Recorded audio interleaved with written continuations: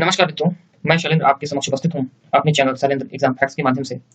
और आज हम अपने इस वीडियो में भारतीय संविधान की भाग कवर करेंगे। इसके पहले वाले वीडियो में हमने भारतीय संविधान की अनुसूचियां, जो 12 अनुसूचियां होती हैं, उसको हमने कवर किया था। तो चलिए, डिफरेंट एग्जाम्स में जो कि भारतीय संविधान से संबंधित अनुसूचियां और भाग हैं, इससे प्रश्न बनते हैं, तो उसी को दृष्टिगत रखते हुए, उसी को ध्यान में रखते हुए आज हमने कुछ इंपॉर्टेंट टॉपिक सेट किया है। तो चलिए हम पहले टॉपिक को चलते हैं, देख लेते हैं हमारा पहला टॉपिक क्या है।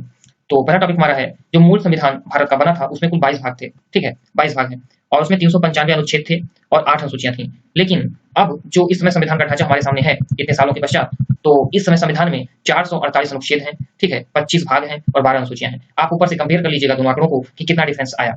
चलिए, एक इंपॉर्टेंट पॉइंट हम देख लेते हैं कि अब तक जो हमारा संविधान है उसमें समय के अनुसार विभिन्न परिवर्तन किए गए, तो उसको संविधान संशोधन कहते हैं। तो लगभग विभिन्न संशोधनों के पश्चात इस समय 104 संशोधन संविधान में किए जा चुके हैं। 104 संविधान संशोधन किए जा चुके हैं। तो एक प्रश्न ज्वलंत बन सकता है, मतलब लेटेस्ट एग्जाम्स में, कि कौन सा सबसे लेटेस्ट जो संविधान संशोधन 104वां हुआ वो कौन सा है। तो देख लेंगे, जो आर्टिकल 334 को संशोधित करके बनाया गया है 104वां संविधान संशोधन, तो इसके तहत क्या वर्णन है, तो इसको इसके तहत लोकसभा तथा राज्य विधानसभा में जो सीटों के आरक्षण की व्यवस्था है, किससे संबंधित, एससी एसटी के सीटों के आरक्षण की जो व्यवस्था है कि इतने सीटें लोकसभा में एससी एसटी के लिए आरक्षित होंगी, जो इसका पूरा ब्यौरा है। तो ये लगभग 70 साल के लिए संविधान में बनाया गया था कि 70 साल के लिए ये सीटें आरक्षित रहेंगी। तो लेकिन अभी 70 साल उसका 1950 के बाद 2020 चल रहा है, तो 70 साल खत्म हो रहा था। तो केंद्र सरकार ने 104वां संविधान संशोधन करके इस पूरी समय सीमा को 10 साल बढ़ा करके 80 साल कर दिया है। तो ये किसी भी एग्जाम में क्वेश्चन पूछ सकता है, इसको हम ध्यान में रखेंगे। चलिए, इसमें कुछ संबंधित बातें हैं, इसको समझेंगे और गहराई से थोड़ा, क्योंकि ये एक इंपॉर्टेंट पॉइंट है।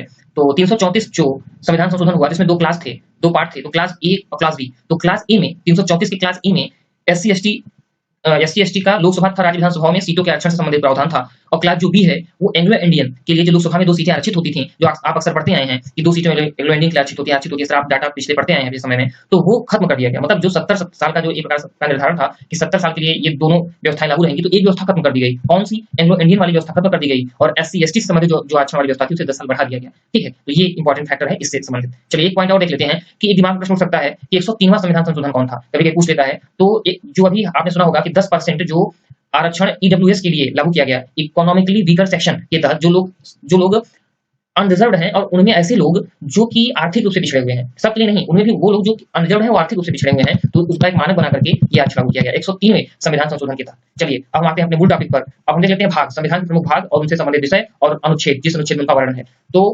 सबसे पहला हमारा जो संविधान का भाग है वो है, उसके अंतर्गत जो विषय है वो है संघ और उसके क्षेत्र। ठीक है, क्षेत्र। ठीक है, तो ये आर्टिकल 1 से 4 में इसका वर्णन है, मतलब अनुच्छेद 104 में इसका वर्णन है। फिर हमारा भाग 2 में नागरिकता का वर्णन है और ये अनुच्छेद 5 से 11 में इसका जिक्र मिलता है। इसके बाद हमारा जो नेक्स्ट भाग है, भाग 3, इसमें मूल अधिकारों का वर्णन है, जो मूल मौलिक अधिकार भारतीय नागरिकों को दिए गए हैं, तो इसका वर्णन है आर्टिकल 12 से 35 में। अब आगे हम चलेंगे और अगला हमारा है भाग 4। तो भाग 4 में नीति निर्देशक तत्व हैं, राज्य के निर्देशक तत्व। ठीक है, तो ये इसका जो आर्टिकल है रिलेटेड वो है 36 से 51। चलिए, नेक्स्ट टॉपिक में आते हैं। तो नेक्स्ट टॉपिक हमारा जो है भाग 4A, तो संविधान का भाग 4A, जिसमें मौलिक कर्तव्यों का वर्णन है, उसमें जो संबंधित आर्टिकल है वो है 51A। फिर हमारा जो भाग 5 है, इसमें भारतीय संघ का वर्णन है कि भारतीय संघ का स्वरूप, इसका स्ट्रक्चर कैसे होना चाहिए, इसका ढांचा कैसे होना चाहिए, तो इसका जो वर्णन है वो आर्टिकल 52 से 151 में है। चलिए, हम दोस्तों नेक्स्ट पॉइंट पे चलते हैं। तो हमारा अगला नेक्स्ट पॉइंट है भाग 6, जिसमें भारतीय राज्य का वर्णन है और ये आर्टिकल इससे संबंधित है 152 से 237 में पूरा भारतीय राज्यों का पूरा वर्णन है।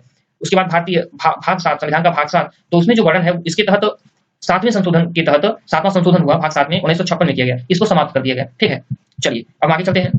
तो हमारा जो 8 है, पार्ट 8, भाग 8, तो भाग 8 में जो वर्णन है, विषय है वो है केंद्र शासित प्रदेश और इससे संबंधित जो आर्टिकल है वो है 200, जिस आर्टिकल के तहत इसका वर्णन है वो आर्टिकल है 239 से 242। ठीक है, चलिए अब हम नेक्स्ट टॉपिक पे चलते हैं।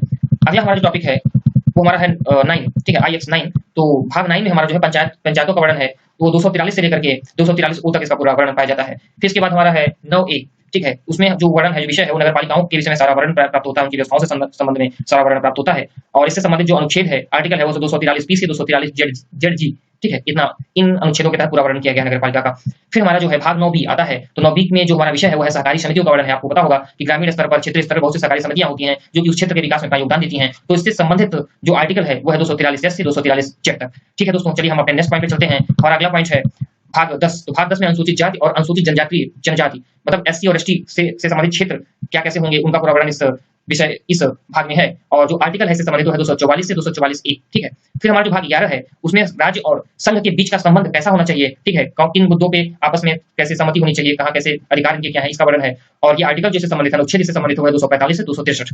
चलिए अब हम आते हैं 12 पर। तो हमारा जो भाग 12 है संविधान का, इससे संबंधित जो विषय है वो है वित्त, संपत्ति, संविधाएं एवं वाद, ठीक है। और ये जो टॉपिक है आपका है वित्त, संपत्ति, संविधाएं एवं वाद, ये संघ एवं राज्य दोनों से संबंधित टॉपिक है, ठीक है, दोनों से संबंधित वर्णन इसमें है भाग 9 में। भाग 12 में देख लेते हैं, मतलब फाइनेंस, कॉन्ट्रैक्ट एंड स्वीट्स, ठीक है। जो इससे संबंधित अनुच्छेद है वो है आर्टिकल 264 से 300 ए, मतलब इतने आर्टिकल्स में इसका वर्णन पाया जाता है। फिर देख लेते हैं भाग 13। तो संविधान का जो भाग 13 है इससे संबंधित जो विषय है वो है राज्य क्षेत्र के भीतर व्यापार, वाणिज्य और समागम, मतलब राज्य क्षेत्र के अंदर व्यापार कैसे होगा एक राज्य से दूसरे राज्य के तहत, ठीक है, व्यापार और वाणिज्य कैसे आयात निर्यात कैसे होगा, इसका पूरा वर्णन इसमें है। तो इससे संबंधित जो अनुच्छेद है वो है 301 से 307, ठीक है। इसके बाद हम आते हैं भाग 14 पर। तो भाग 14 से संबंधित जो विषय है हमारे संविधान में वो है संघ एवं राज्यों की अधीन सेवाएं। अब संघ एवं राज्यों की अधीन सेवाएं जैसे पदावधि, पद की अवधि कितनी होगी, मतलब कोई जो बड़े स्तर के पद हैं उनकी अवधि कितने टाइम के लिए बनाया गया है, और उसके बाद भर्ती नियमावली क्या होगी, इनका भर्ती कैसे होगा, सेवा इनका कैसे किस स्तर का होगा, सेवा का पूरा नियमावली इसके अंतर्गत है। लोक सेवा आयोग और लोक सेवा आयोग की नियुक्ति कैसे होगी, चाहे वो लोक सेवा आयोग मैंने कहा संघ एवं राज्य दोनों का वर्णन किया है, तो आपको पता होगा कि राज्य की जो नियुक्तियां होती हैं प्रशासनिक अधिकारियों की वो राज्य लोक सेवा आयोग करता है, और संघ की जो नियुक्तियां होती हैं प्रशासनिक स्तर पे वो संघ लोक सेवा आयोग करता है। तो दोनों की पदावधि, भर्ती, सेवा इन सब का वर्णन है। नियुक्ति प्रक्रिया कैसे होगी, प्रतिवेदन कैसे लिया जाएगा, तो इससे संबंधित जो हमारा आर्टिकल है अनुच्छेद है वो है 308 से 323। चलिए दोस्तों अब हम अपने अगले टॉपिक पे चलते हैं। हमारा अगला टॉपिक है भाग 14 ए, ठीक है। तो इसके अंतर्गत आप जो ये 14 ए देख रहे हैं, ये बी पार्ट, इसी आधार पे आपका भाग 25 हो जाता है, ठीक है, 22 से 25 हो जाता है। चलिए ये मैंने आपकी जानकारी के लिए बता दिया। उसके बाद आगे चलते हैं। इससे संबंधित जो विषय है वो है न्यायाधिकरण और न्यायालय, ये दो विषय हैं।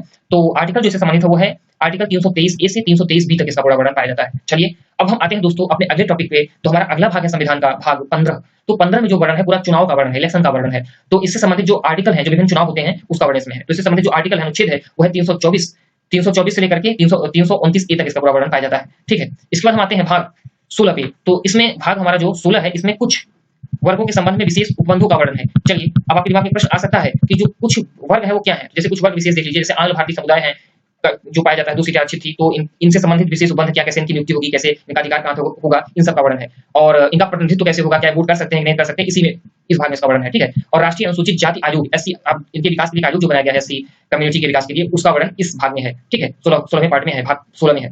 उसके बाद जो आर्टिकल संबंधित है इससे, जिस अनुच्छेद में इसका वर्णन पाया जाता है वो आर्टिकल 330 से 342 तक, मतलब 330 आर्टिकल से 342 आर्टिकल तक भाग 16 संविधान का कार्य करता है। चलिए अब आते हैं अपने नेक्स्ट पॉइंट पे। पॉइंट नंबर हमारा है 17वें पॉइंट में जो विषय है भाग 17वां जो है संविधान का, उसमें जो विषय है वो है भारतीय संघ की राजभाषा क्या होगी, प्रादेशिक भाषाएं क्या क्या हैं, ठीक है। तो जैसे आपको पता होगा कि भारत में लगभग 22 भाषाओं को संवैधानिक दर्जा दिया गया है। तो बहुत सी ऐसी भाषाएं हैं जो कि बड़ी लेवल पे है लेकिन उनको संवैधानिक दर्जा नहीं मिला है, तो उनको हम भावुकता में आकर के कहीं अगर ऐसा क्वेश्चन पूछता है तो उनको ऑप्शन नहीं टिक मारेंगे, क्योंकि उनका जिक्र उनको संवैधानिक आधार पर दर्जा नहीं दिया गया है, ठीक। राज्य संघ के बीच पत्राचार की भाषा क्या होगी, मतलब कोई राज्य अगर संघ को लेटर भेजता है, जैसे केरल राज्य हुआ, तो अगर वो कोई लेटर भेजता है संघ को तो उससे संबंधित कोई अगर विवाद आता है, कुछ आता है, तो उसका वर्णन इसमें है। भाषा कैसी होगी, किस भाषा को अंततः एडॉप्ट किया जाएगा, ठीक है। जैसे आपने तमाम एग्जाम में देखा होगा, उसमें लिखा था अंततः दो वर्जन में, दो बाइलैंग्वेज जो एग्जाम होते हैं उसमें लिखा था कि अंततः अगर कोई विवाद आता है भाषाओं में तो इंग्लिश भाषा सर्वमान्य होगी, तो इसलिए इसमें भाषाओं का बंद किया गया। उसके बाद है कि न्यायालय की भाषा क्या होगी, ठीक है, इसका वर्णन इसमें। इससे संबंधित जो अनुच्छेद है 17 से वो है 343 से 351, ठीक है। 343 से अनुच्छेद 343 से 351 के तहत ये सारा वर्णन पाया जाता है। तो ध्यान रखेंगे ये जो 343 से 351 है इसमें भाषा से आप जोड़ के याद रखेंगे, ठीक है। चलिए अब हम अपने नेक्स्ट टॉपिक पे आते हैं। तो हमारा है 18 संविधान का भाग 18 भाग जो है 18वां भाग जो है इसमें आपात उपबंध किए गए हैं। तो आपात उपबंध, इनको उद्घोषणा कैसे की जाएगी, किस समय की जाएगी के अधीन, ठीक है। अब देखते हैं कि आपात उद्घोषणा के अधीन विधायी शक्तियां, तो जब मतलब आपात उपबंध लगा दिया जाएगा तो उसके अंदर क्या क्या विधायी शक्तियां सम्मिलित है। और एक चीज है आर्टिकल 19 का निलंबन इसमें सम्मिलित है। वित्तीय आपात का उपबंध, अगर कोई वित्तीय संकट आता है तो अगर उस सिचुएशन में सरकार को अगर वित्तीय आपात लगाना पड़े तो कैसे वो अप्लाई करेगी, उसका पूरा सिस्टम इसमें वर्णित है 18 में, भाग 18 में। चलिए ये तो समझ में आ गया। अब हम आते हैं आर्टिकल, किस आर्टिकल में इससे संबंधित चर्चाएं की गई हैं। तो आर्टिकल है 352 से 360, मतलब आर्टिकल अनुच्छेद 352 से 360 के तहत इसका उपबंध किया गया है। चलिए दोस्तों अब हम अपने नेक्स्ट भाग पर आते हैं। तो हमारा जो अगला भाग है वो है भाग 19। चलिए इसमें प्रकीर्ण शक्तियों का वर्णन है। प्रकीर्ण चीजें क्या है, प्रकीर्ण चीज में प्रकीर्ण जो लिखा रहता है तो उसके अंदर देख लेंगे क्या क्या चीज आती है लगभग। तो राष्ट्रपति राज्यपालों का संरक्षण, संसद व राज्य विधानसभा के कार्यवाहियों के प्रकाशन का संरक्षण, जिसमें कार्यवाहियां होती हैं संसद विधानसभा में, जो वाद विवाद चलता है, डिबेट वगैरह होता है, तो उससे जो प्रकाशन होते हैं, जो विवाद होता है, उसका संरक्षण करना, ठीक है, कैसे संरक्षित किया जाएगा उसका वर्णन इसमें है। कुछ संधियों, करारों आदि से उत्पन्न विवादों में न्यायालय का हस्तक्षेप, जैसे कोई दो पार्टी है तो दोनों पार्टी में विवाद हो गया, उसमें कोई संधि हुई और कोई पक्ष कोई संधि पर सहमत नहीं हो रहा है तो न्यायालय का हस्तक्षेप किस स्तर पे होगा, इसका वर्णन से पाया जाता है। चलिए इसके बाद हम देखेंगे इसी में 19 में ही महापत्तन एवं विमान क्षेत्रों के बारे में विशेष उपबंध किया गया है। तो जो हमारे महापत्तन, हमारे जो तटीय भाग है वहां पे जो बड़े बड़े पत्तन हैं उनसे संबंधित जो विशेष उपबंध है वो इसी आर्टिकल के तहत किया गया है। तो महापत्तन विमान क्षेत्रों के बारे में उपबंध किए गए हैं क्योंकि ये जो पत्तन है और विमान क्षेत्र है वो विभिन्न राज्यों में स्थित है, ठीक है, जरूरी थोड़ी कि एक ही जगह स्थित हो, विभिन्न राज्यों में स्थित है, तो इसलिए इसमें राज्य अपने साथ जब कानून बनाते हैं तो ये जरूरी नहीं कि जो महापत्तन और विमान क्षेत्र है उसमें सारे कानून राज्य के लागू हों, ठीक है, इसलिए संविधान में इसके लिए स्पेशल विशेष उपबंध कर दिया गया कि ये चूंकि ये चीजें इंटरनेशनल स्तर की होती हैं, देश विदेश से संबंधित होता है, इसमें आयात निर्यात होता है, तो इसमें कोई विवाद न उत्पन्न हो, ठीक है, ये निर्बाध रूप से चलता रहे, इसलिए इसको विशेष उपबंध का दर्जा दिया के तहत इसको कुछ शक्तियां दी गई हैं। चलिए अब हम आते हैं, देख लेते हैं कि इससे संबंधित आर्टिकल कौन सा है। तो अनुच्छेद 361 से 367 के तहत इसका पूरा वर्णन पाया जाता है। चलिए दोस्तों, अब हम अपने नेक्स्ट टॉपिक पे आते हैं। अब हमारा है भाग 20, संविधान का जो भाग 20 है, संविधान संशोधन। तो इसमें जितने संविधान संशोधन अभी तक 104 जो संविधान संशोधन हमारे संविधान में हुए हैं, तो वो सारे जो संविधान संशोधन हुए हैं वो इसी भाग के तहत हुए हैं, मतलब भाग 20 के तहत ही इसमें जो शक्तियों का वर्णन है, जो नियमावली का वर्णन है, कैसे संविधान में संशोधन किया जाएगा आवश्यकता महसूस करने पर, वो इसी के तहत आता है, ठीक है, अर्थात इसी के तहत था भाग 20 के तहत। चलिए आर्टिकल कौन सा है इससे संबंधित, तो आर्टिकल है हमारा 368। चलिए अब हम आते हैं भाग 21 पे। तो भाग 21 में जो वर्णन है विषय, उससे संबंधित जो विषय है, तो विषय है अस्थायी संक्रमणकालीन और विशेष उपबंध। कुछ अस्थायी मतलब बहुत लॉन्ग टाइम तक नहीं, अगर केंद्र या कोई केंद्र समझता है कि हाँ कोई राज्य अगर अपने से वहां अस्थिरता का माहौल है तो उसको एक सिस्टम के तहत बांधने में, उसको सही शासन व्यवस्था मुहैया कराने के लिए अस्थायी उपबंध राज्य केंद्र सरकार कर सकती है। तो इन सबका जो जिक्र है उससे संबंधित जो कानून है उसका वर्णन हमारा मिलता है भाग 21 में। तो इसके तहत 370 जम्मू कश्मीर क्या क्या है आप देख लीजिए, तो उसमें कुछ पॉइंट मैंने इसमें जिक्र किया है मैंने, तो उनको हम देख लेते हैं, क्योंकि कभी कोई एग्जाम पूछ लेता है कि निम्नलिखित में से अस्थायी संक्रमणकालीन शक्तियों के बंद के तहत नहीं आता कौन। तो देख लीजिएगा 370 जम्मू कश्मीर से संबंधित जो अस्थायी बंद है वो इसी के तहत है, ठीक है। 371 जो हमारा अनुच्छेद है उससे जो महाराष्ट्र और गुजरात के संबंध में जो अस्थायी बंद किया गया है वो इसी के तहत है, अर्थात हमारे 21वें भाग के तहत है संविधान के। कुछ और चीजें हैं और देख लेते हैं, कुछ और राज्य हमारे हैं।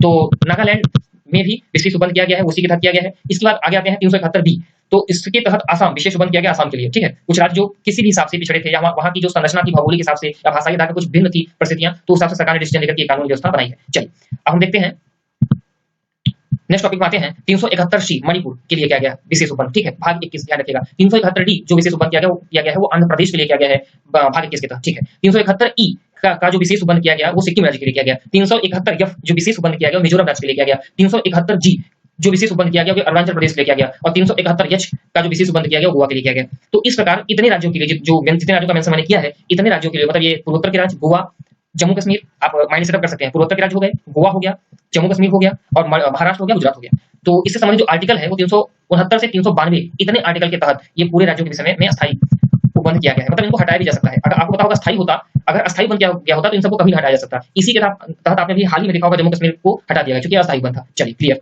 अब हम आते हैं पार्ट 22 भाग 22 में। तो भाग 22 में हमारा जो है संक्षिप्त नाम, संविधान हमारे कुछ ऐसे शब्द हैं, तो ऐसे शब्द हैं जो बहुत लंबे हैं तो उनको संक्षिप्त नाम दे दिया गया और नीचे लिख दिया है, क्योंकि जहां इसका मतलब ये समझा जाए, ठीक है, वहां लिख दिया है क्योंकि उनको शॉर्टकट यूज करना सही रहता है। और उसके बाद प्रारंभ हिंदी में प्राधिकृत निरसन, जो कि आपको पता होगा जो मूल संविधान में इंग्लिश लिखा गया है, तो उसके तहत हिंदी में प्राधिकृत निरसन के लिए कुछ व्यवस्थाएं बनाई गई हैं ताकि लोगों को उसकी सटीक व्याख्या कर सके संविधान सभा या हाई कोर्ट, सुप्रीम कोर्ट जो संरक्षक उसका सही व्याख्या कर सके। चलिए, तो ये जो 22वें भाग के तहत जो ये विषय है, तो ये आर्टिकल जो संबंधित इनसे है वो है आर्टिकल 393 से 395 के तहत इनका वर्णन है। तो इस तरह से हमने आज संविधान के 22 भागों को कवर किया और शेष जो 3 और भाग उसमें जोड़े गए 25, तो उनसे संबंधित विषय और आर्टिकल क्या क्या है उनका हमने पूरा आज देखा, पूरा उसमें पूरा चर्चा की। और इसी तरह की वीडियो को प्राप्त करने के लिए आप हमारे चैनल को सब्सक्राइब कर सकते हैं। और पिछले वीडियो को आपने काफी प्यार दिया था, उसी को देखते हुए हमने इस वीडियो का जो है संविधान के अनुसूचियों से संबंधित था, उसी के तहत हमने संविधान के भागों से संबंधित वीडियो बनाया। तो इसी के साथ धन्यवाद।